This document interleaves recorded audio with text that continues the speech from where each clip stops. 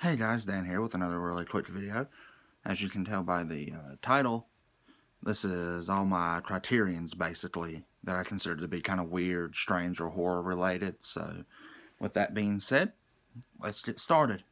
First up, by Guillermo del Toro, and I just butchered his first name, is Kronos. And I don't know if this is one of the first things he did. It might have been. I'm not sure because I know he's more recently known for doing Crimson Peak, and I think of having a part with The Strain on TV.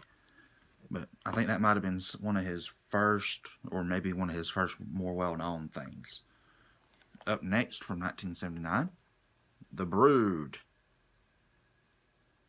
And I hate to say it, but this one's been sitting on my backlist of to watch films, so I can't really say much about this. I have heard of it because it's Cronenberg, and I love Cronenberg films. The ones that I've gotten to see, I love them.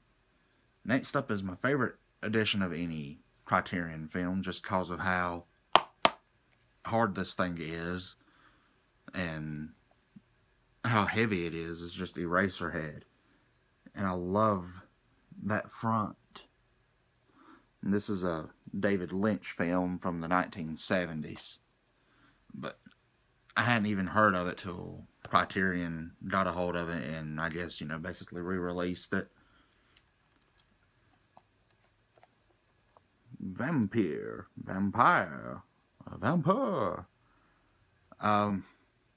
This is one of those I wish I could have found on Blu-ray, but I would definitely take it on DVD as well.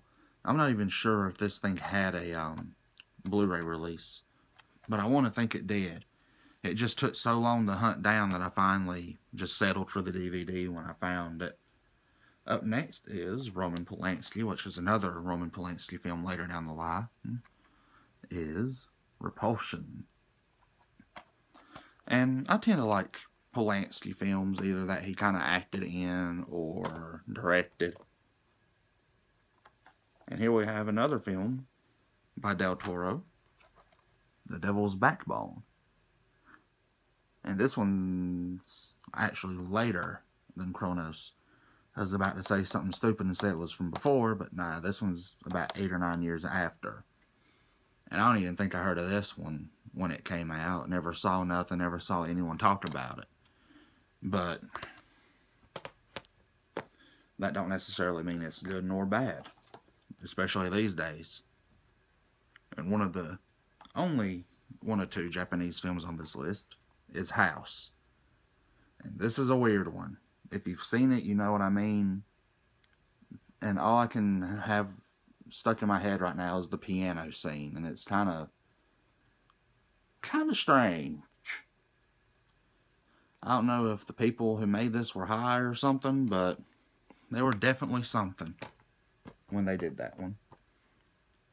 And here's the next Japanese one, Kuroneko. Just kind of like a little ghost story. This is from 1968. It's just kind of meant to be like a ghost story. A lot of times when the Japanese did like something like this, it ain't really, I guess, meant to scare you or something. It's meant to be more like a fable, a ghost story. Kind of build up that tension and suspense for one final moment of, I guess, climactic action or horror, depending on what it may be. That's how I seem to think of them. French. Eyes Without a Face. And this one was really weird because a doctor's attempting to I think it's his daughter, to refix her face after she was in a horrible accident. He's going around, basically taking skin from all these people.